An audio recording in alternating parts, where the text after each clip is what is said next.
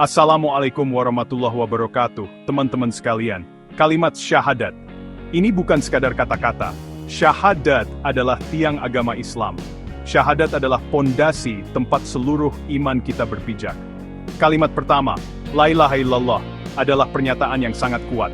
Kita bersaksi bahwa tidak ada Tuhan yang berhak disembah selain Allah. Kalimat kedua, Muhammadur Rasulullah, menegaskan Nabi Muhammad SAW sebagai utusan terakhir Allah. Kedua kalimat ini sederhana, namun mendalam, mudah dihafal, namun maknanya luas dan berlapis-lapis. Umat Muslim di seluruh dunia melafalkan kalimat ini setiap hari. Syahadat adalah bagian dari doa, ibadah, dan kehidupan kita.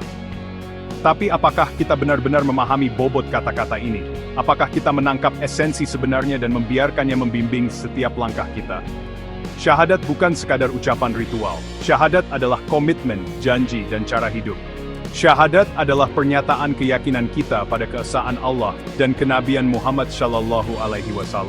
Pernyataan ini adalah langkah pertama untuk berserah diri kepada kehendak Allah. Melalui syahadat, kita mengakui tujuan sebenarnya dari keberadaan kita.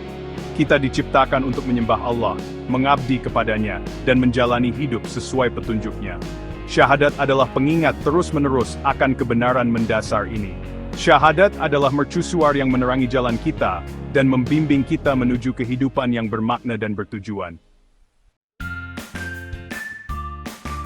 Sejak kecil, umat Muslim diajarkan untuk melafalkan syahadat. Kita mendengarnya dalam panggilan sholat. Kita mengulanginya dalam sholat kita setiap hari.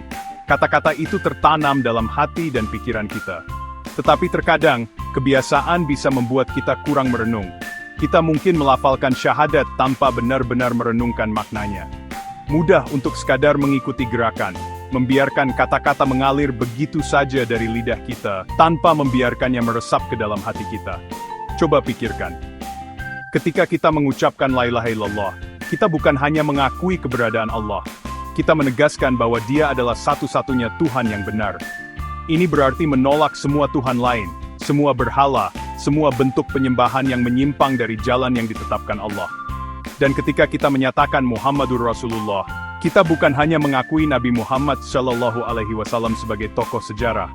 Kita menerimanya sebagai utusan terakhir Allah. Ini berarti mengikuti ajarannya, meneladani akhlaknya, dan berusaha menjalani hidup sesuai contoh yang beliau berikan.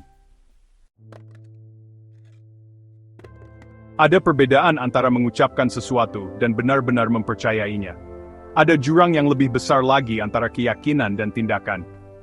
Kita mungkin dengan mudah mengucapkan syahadat, tetapi apakah tindakan kita mencerminkan pesan yang mendalam itu? Sayangnya, di banyak masyarakat Muslim, ada ketidaksesuaian antara nilai-nilai Islam dan kenyataan di lapangan. Kita melihat korupsi, ketidakadilan, dan ketidaksetaraan. Kita menyaksikan umat Muslim terlibat dalam perilaku yang secara langsung bertentangan dengan ajaran Islam. Ketidaksesuaian ini menunjukkan kelemahan mendasar kurangnya pemahaman tentang esensi sejati syahadat. Ketika kita benar-benar menginternalisasi makna la ilaha illallah, tindakan kita harus mencerminkan kepatuhan kita pada kehendak Allah. Kita harus menjauhi ketidakjujuran, keserakahan, dan penindasan. Kita harus berusaha untuk menjadi adil, penuh kasih, dan penyayang, mewujudkan sifat-sifat Allah. Demikian pula, meyakini Muhammadur Rasulullah berarti lebih dari sekadar mengakui Nabi Muhammad SAW sebagai seorang nabi.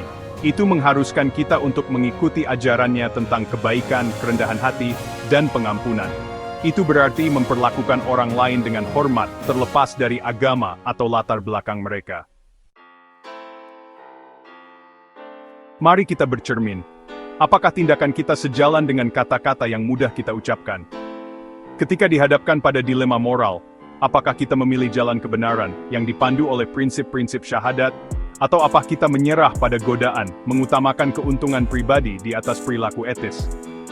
Refleksi diri ini bukan untuk menimbulkan rasa bersalah atau malu. Sebaliknya, ini adalah ajakan untuk mengakui area di mana kita kekurangan.